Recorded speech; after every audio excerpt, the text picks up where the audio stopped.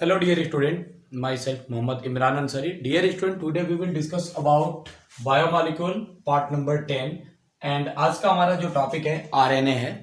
RNA आपको पता होना चाहिए आरएनए क्या होता है। इससे पहले हम लोग बात किए थे डीएनए के बारे में और डीएनए के सभी स्ट्रक्चर के बारे में, उसके फंक्शन के बारे में हम लोगों ने अच्छे से पढ़ा। ठीक है, अब हम लोग बात करेंगे आरएनए के बारे में। आरएनए का फॉर्मेशन कैसे होता है, तो सबसे पहले ये समझ लीजिए आरएनए का जो फॉर्मेशन होता है वो डीएनए से होता है। डीएनए के ट्रांसक्रिप्शन से आरएनए का फॉर्मेशन होता है। कौन से प्रोसेस से? ट्रांसक्रिप्शन प्रोसेस से। ठीक है, तो देखिए हम लोग आरएनए को स्टार्ट करने जा रहे हैं। आरएनए का फुल फॉर्म क्या होता है? राइबोन्यूक्लिक एसिड या राइबोस न्यूक्लिक एसिड। और राइबोस न्यूक्लिक एसिड आपको पता होना चाहिए कि ये सिंगल स्ट्रैंडेड होता है, सिंगल चेन ये स्ट्रक्चर में पाया जाता है। डीएनए जो होता है डबल स्ट्रैंडेड होता है, बट अगर आप आरएनए देखेंगे तो ये सिंगल स्ट्रैंडेड होता है। उसके साथ ही साथ इसके अंदर जो कि डीएनए में पाया जा रहा था तीनों जो पार्ट है, जैसे कि phosphate group, pentose sugar and nitrogenous bases, वो सब के सब इसमें भी पाया जा रहा है। बस अंतर इतना होता है कि इसमें एडेनिन के साथ यूरेसिल जुड़ता है और अगर बात करें डीएनए का तो उसमें एडेनिन के साथ थाइमिन जुड़ता है। ठीक है, और ग्वानिन के साथ साइटोसिन। याद रखिएगा वहां भी एडेनिन के साथ थाइमिन जो जुड़ रहा था डबल हाइड्रोजन बॉन्ड से जुड़ रहा था, यहां भी एडेनिन के साथ थाइमिन की जगह पे अब यूरेसिल जुड़ेगा, ये भी डबल हाइड्रोजन बॉन्ड के साथ। ग्वानिन के साथ ट्रिपल हाइड्रोजन बॉन्ड से साइटोसिन जुड़ता है। इसके बाद से आप देखेंगे कि जो आरएनए होता है ये हमारे बॉडी का जेनेटिक मटेरियल नहीं होता है, हमारे बॉडी का आनुवांशिक पदार्थ नहीं होता है, लेकिन कुछ वायरस होते हैं जैसे कि TMV tobacco mosaic virus, HIV, और भी वायरस होते हैं जैसे कि मान लीजिए इन्फ्लुएंजा वायरस। ठीक है, इन्फ्लुएंजा वायरस, ये ऐसे वायरस होते हैं कि इनके बॉडी के अंदर मतलब इनके अंदर जो जेनेटिक मटेरियल होता है वो आरएनए होता है। ठीक है, RNA is a genetic material किसके किसके अंदर? TMV tobacco mosaic virus, HIV and influenza virus, इन सब के अंदर जो जेनेटिक मटेरियल होता है वो आरएनए होता है। आरएनए का फुल फॉर्म मैंने आपको बताया कि राइबोस न्यूक्लिक एसिड। अब हम लोग समझेंगे टाइप्स ऑफ आरएनए के बारे में। ध्यान समझ लीजिएगा, आरएनए का सबसे पहले मैंने बताया फॉर्मेशन कैसे होता है, तो एक मैं आपको एक छोटा सा स्ट्रक्चर दिखा देता हूं। जैसे कि मान लीजिए कि ये एक तरह का डीएनए है। ध्यान समझिएगा, आप जब सेकेंड ईयर में आएंगे तो इस पार्ट को अच्छे से आप समझेंगे। ये आपका एक डीएनए है और डीएनए में आपको पता है कि दो एंड होता है, 5' एंड 3', फिर 3' और 5' एंड होता है। ठीक है, अब इसके अंदर आरएनए का फॉर्मेशन कैसे होता है तो आपको मैं बता दूं, इसमें एक फैक्टर आता है जिसका नाम है सिग्मा फैक्टर। ठीक है ना, एक सिग्मा फैक्टर आता है और सिग्मा फैक्टर को हम लोग कैसे इंडिकेट करते हैं? RNA polymerase enzyme, RNA polymerase enzyme.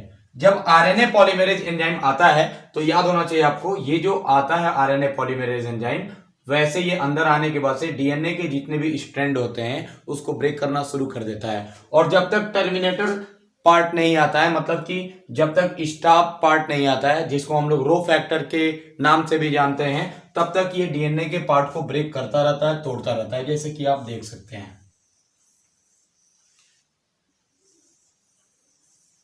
ठीक है, जैसे कि मान लीजिए जो सिग्मा फैक्टर है ये आ गया यहां तक। अब यहां तक आया तो ध्यान समझिएगा, यहां तक के पार्ट जो होते हैं आपको इस तरह से दिखाई देंगे। इसमें से जो आपको दिख रहा है ये एक आरएनए का पार्ट है जो अभी पूरी तरह से बना नहीं है, अभी बन रहा है। और जैसे ये यहाँ पे रो फैक्टर आता है, यहाँ पे एक मान लो कि रो फैक्टर आता है, रो फैक्टर के आते ही ये तुरंत जो आपको आरएनए दिख रहा है ये आरएनए बाहर निकल जाता है। और अभी इस आरएनए का नाम होता है एचएनआरएनए। एचएनआरएनए का मतलब होता है हेट्रो न्यूक्लियर आरएनए। समझ में आ गया? Hetero nuclear RNA. अब जो ये हेट्रो न्यूक्लियर आरएनए आपको दिख रहा है, इस हेट्रो न्यूक्लियर आरएनए के अंदर एक्सॉन और इंट्रॉन ये दोनों पाए जाते हैं। ठीक है ना, इंट्रॉन और एक्सॉन ये दोनों पाए जाते हैं। यहाँ पे होगा एक्सॉन, यहाँ पे होगा इंट्रॉन, फिर यहाँ पे होगा एक्सॉन, यहाँ पे होता है इंट्रॉन। तो आपको पता होना चाहिए कि इसमें एक स्प्लाइसिंग का प्रोसेस होता है। स्प्लाइसिंग इसको कहा जाता है। स्प्लाइसिंग एक ऐसा प्रोसेस होता है जिसमें जितने भी इंट्रॉन्स होते हैं, इंट्रॉन्स, वो सब के सब इंट्रॉन्स क्या होते हैं, रिमूव हो जाते हैं, बाहर निकल जाते हैं। और जैसे ही इंट्रॉन बाहर निकलेंगे, आपको पता है कि जो एक्सॉन है और एक्सॉन ये सब आपस में बाइंड हो जाते हैं। ये हो गया एक्सॉन, यहाँ भी हो जाता है ये एक्सॉन, और एक्सॉन एक्सॉन मिलके ये पूरी तरह से mRNA का फॉर्मेशन करते हैं। और इस प्रोसेस को क्या कहा जाता है, तो बच्चों प्लीज इसको याद रखिएगा, इस पूरे प्रोसेस को कहा जाता है ट्रांसक्रिप्शन। ठीक है, इसको क्या कहा जाता है, ट्रांसक्रिप्शन। ट्रांसक्रिप्शन एक ऐसा प्रोसेस होता है जिसमें डीएनए से mRNA या आरएनए का फॉर्मेशन होता है। देख सकते हैं ये आपका एक डीएनए है, इस डीएनए में जैसे ही सिग्मा फैक्टर आता है आरएनए पॉलीमेरेज, वैसे ही आने के बाद से इसके सभी बेस पेयर क्या होते हैं, ब्रेक होने लगते हैं। आप देख सकते हैं इसके सभी ब्रेक होने लगे हैं, सभी बेस पेयर, और जैसे जैसे ब्रेक होगा वैसे वैसे ये आरएनए बाहर निकलना शुरू हो जाएगा। और बाहर निकलने के बाद से जैसे रो फैक्टर आता है, ये इसको छोड़ के चला जाता है, मीन सिग्मा फैक्टर यहाँ से हट जाता है और ये इसको छोड़ के बाहर निकल जाता है। यानी कि अभी इसका फॉर्मेशन हुआ है न्यूक्लियस के अंदर, इसलिए इसका नाम होता है हेट्रोन्यूक्लियर आरएनए।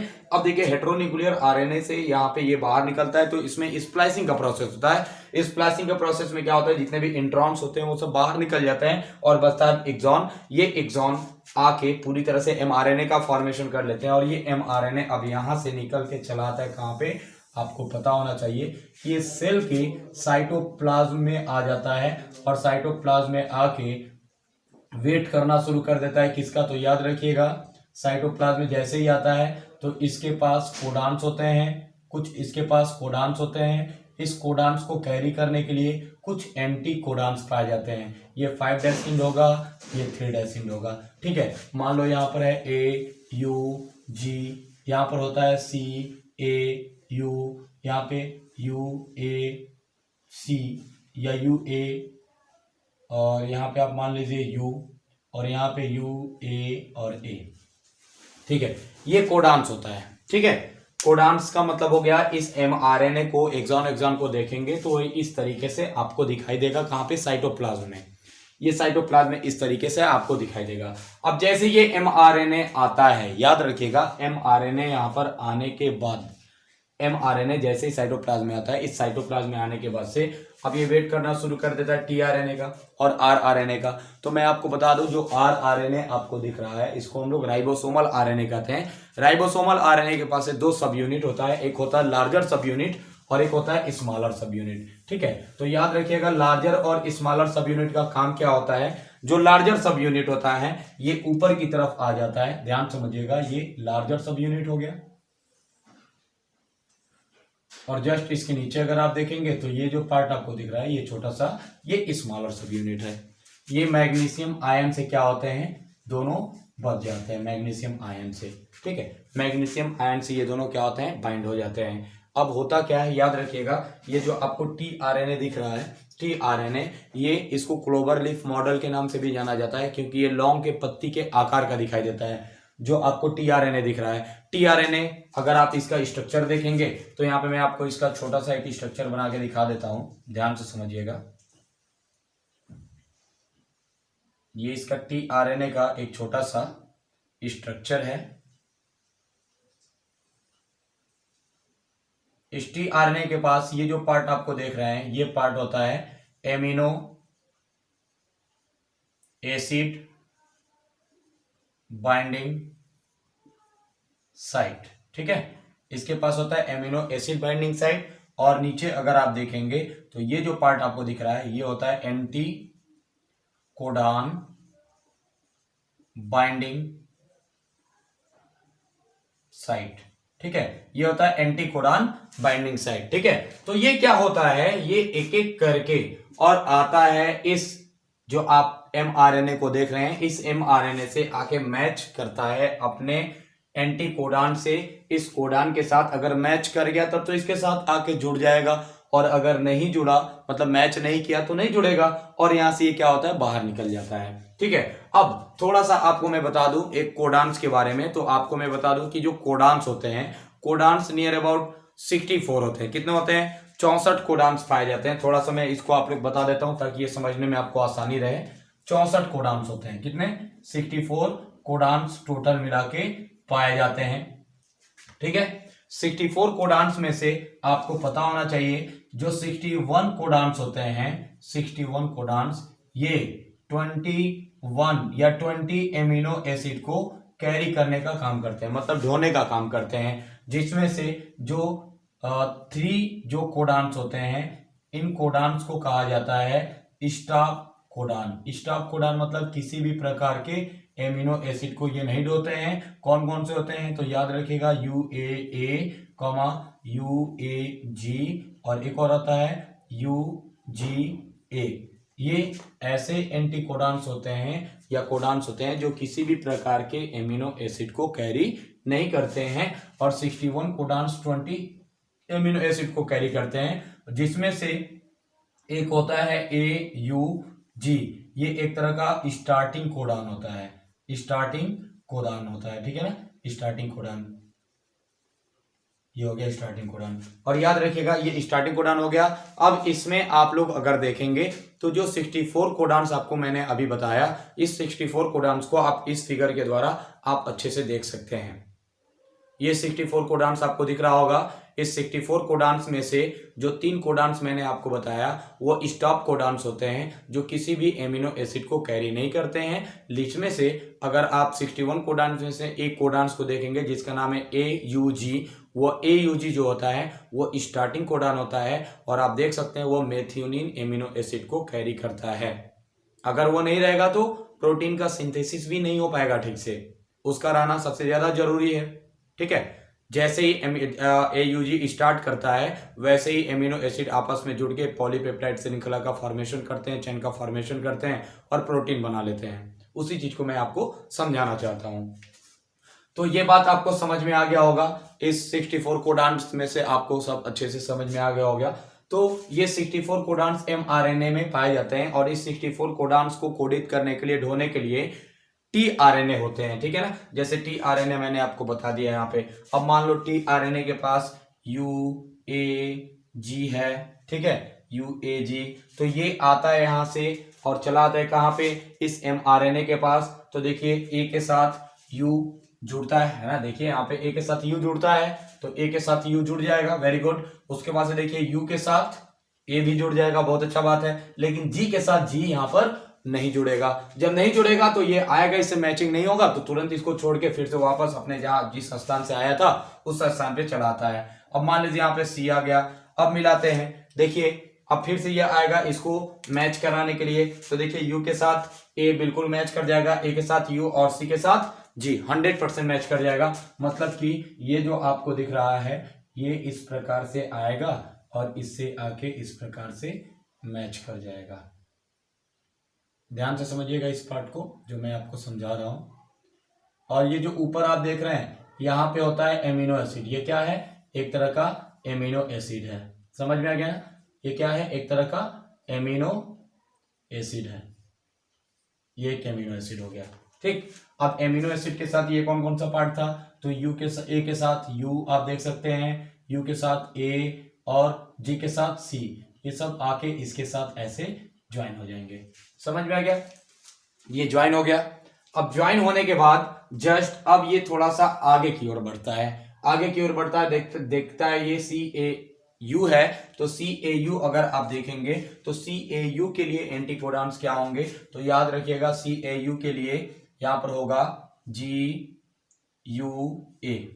GUA ये अपने साथ एमिनो एसिड के साथ आता है, एंटीकोडान के साथ tRNA आता है, और आके ये भी सेम उसी स्ट्रक्चर के द्वारा जैसे वो जुड़ा था वैसे ये भी क्या होता है, ऐसे जुड़ जाता है। ध्यान समझते चलिएगा, ये इस प्रकार से ऐसे इससे जुड़ जाता है। यहाँ भी इसके पास भी एक एमिनो एसिड आ गया।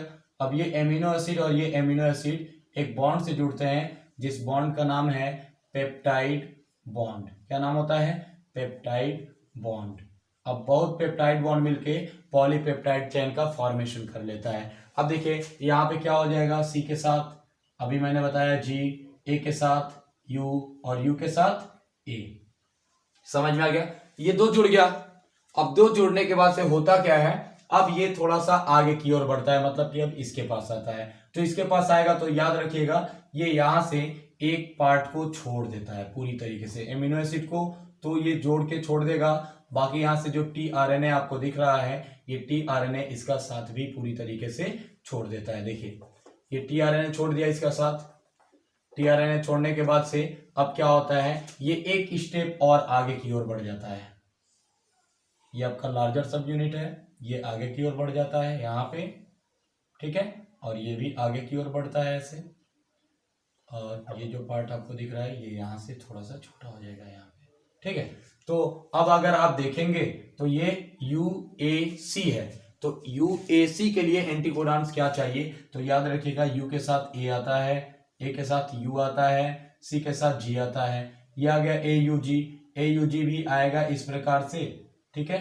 और AUG आने के बाद से ये भी सेम वही प्रोसेस के द्वारा जुड़ जाता है जिस प्रोसेस के द्वारा वो सभी एमिनो एसिड यहाँ पर जुड़े थे। एक और एमिनो एसिड जाके इसके साथ जुड़ जाएगा। अब ये जुड़ने के बाद से क्या होता है, उसके बाद से यहाँ पर अगर आप देखेंगे तो मैंने आपको स्टॉप कोडॉन समझाया था। स्टॉप कोडॉन क्या होते हैं, तो स्टॉप कोडॉन जो होते हैं ये मैंने अभी आपको बताया कि 3 होते हैं, एक UAA, UAG, UGA।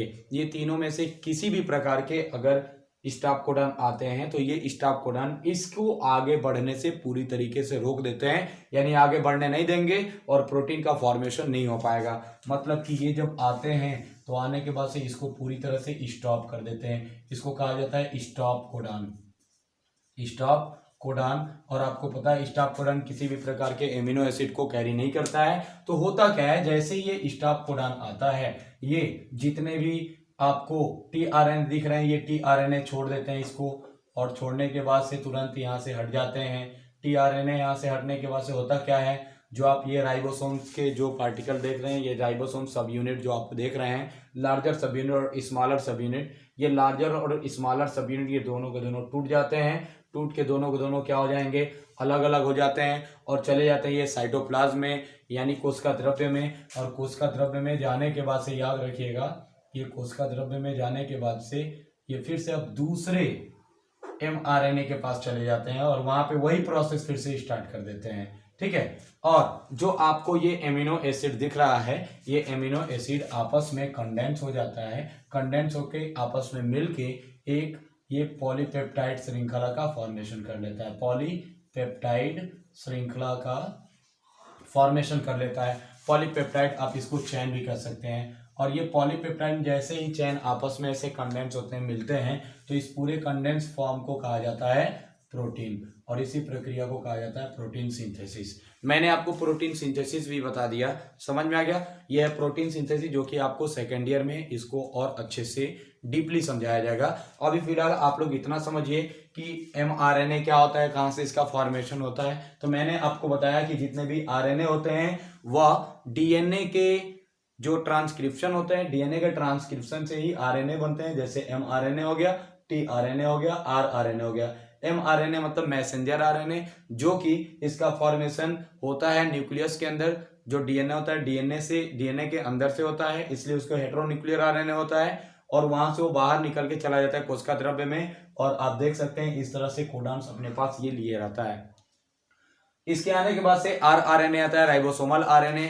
अपने पास 2 सब यूनिट, एक लार्जर और एक स्मॉलर। याद रखिएगा, अगर प्रोकैरियोटिक की कोशिकाएं हैं तो उसमें भी लार्जर स्मॉलर होता है, लेकिन 70S राइबोसोम उसमें पाया जाता है। लेकिन अगर यूकैरियोटिक कोशिका है तो उसके अंदर 80S राइबोसोम होता है। समझ में आ गया। एक लार्जर सब यूनिट जो कि 60S होगा और स्मॉलर सब यूनिट जो कि 40S होगा। ये दोनों आपस में मैग्नीशियम आयन के द्वारा जुड़े रहते हैं। उसके बाद से आता है tRNA, और जैसे जैसे tRNA आएगा ये क्लोवर लीफ मॉडल आप देख सकते हैं इस प्रकार से ये अपने एमिनो एसिड और एंटीकोडॉन से आगे एक तरफ जुड़ते जाता है और एमिनो एसिड का फॉर्मेशन करते जाता है। एमिनो एसिड सभी आपस में जुड़ के पेप्टाइड बॉन्ड का फॉर्मेशन करते हैं। बहुत सारे अगर एमिनो एसिड जुड़े हैं तो पॉलीपेप्टाइड चेन का फॉर्मेशन हो जाएगा और ये सब कंडेंस होके एक साथ मिलके प्रोटीन का निर्माण कर लेते हैं। उम्मीद करता हूँ कितना बात आपको समझ में आ गया होगा। आज के लिए बच्चों इतना ही रहने देते हैं और इसके जस्ट बाद से हम लोग बहुत जल्दी बात करेंगे विटामिन के बारे में, फैट के बारे में, लिपिड के बारे में, एंजाइम्स के बारे में। अभी बहुत सारी चीज़ें बाकी हैं तो इसके जस्ट वाले वीडियो में हम लोग बात करेंगे। आज के लिए इतना ही बच्चों। Thank you for watching this video.